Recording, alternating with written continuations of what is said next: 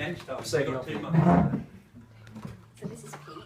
He's a musician, and he's very foolishly agreed to do some musical poetry with me. Yeah, and this is the new piece in time. It's there, okay.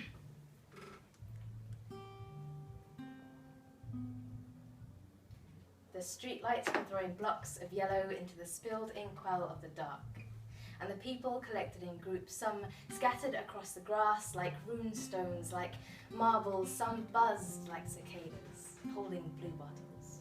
Some stretched arms up and swayed, some with fingers knotted in tree roots, and he floated like an eggshell on a stream, lightheaded but stopping himself from tipping in case the water filled his insides, and he began to sink, whilst others grew transcendent, ignoring him, saying they could see constellations. In the midst of it all, he heard a voice. "Take me somewhere we can see the sunrise," she said, leaning a little too close, with wildness in her eyes, magnets in her body, hope on her tongue. And as the night covered them like a veil, he was wedded to her whim.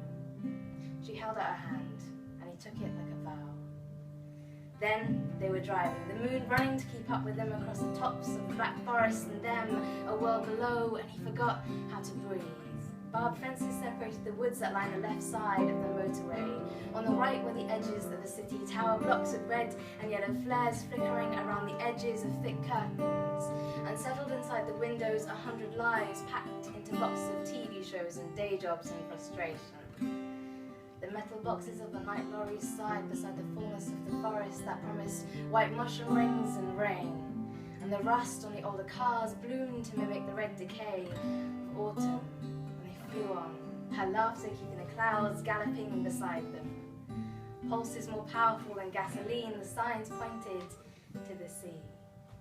They arrived on the edge of the wood-worn pier, and the salt settled on their arms and lips, and when they licked them it was electric, and they stood like that for a while, watching the tips of the waves turn silver to match the moon rays.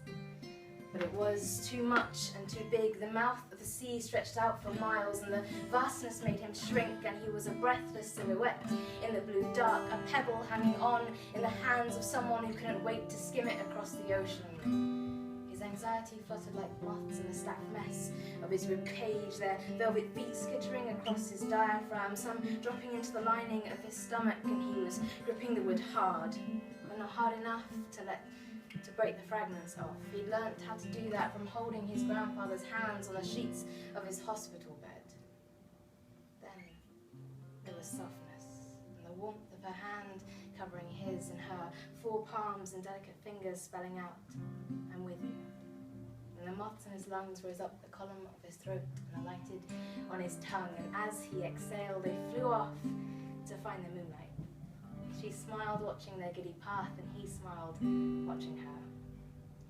The moon shrank to a slice of lemon, watching as the sky grew pink and the sun was a peach beginning to heat, and the sea turned over in its sleep, and they kept it in their mirrors for as long as they could while driving back. He dropped her onto the quiet street she pointed out on the way, and she kissed his forehead and was gone. He sat in his car, listening to early morning radio, and it was just an ordinary day with responsibilities and deadlines and burnt toast and traffic, but he drove home. And despite the dampness of his socks and the emptiness of his stomach and the salt crusting his skin, he crawled into bed, and today felt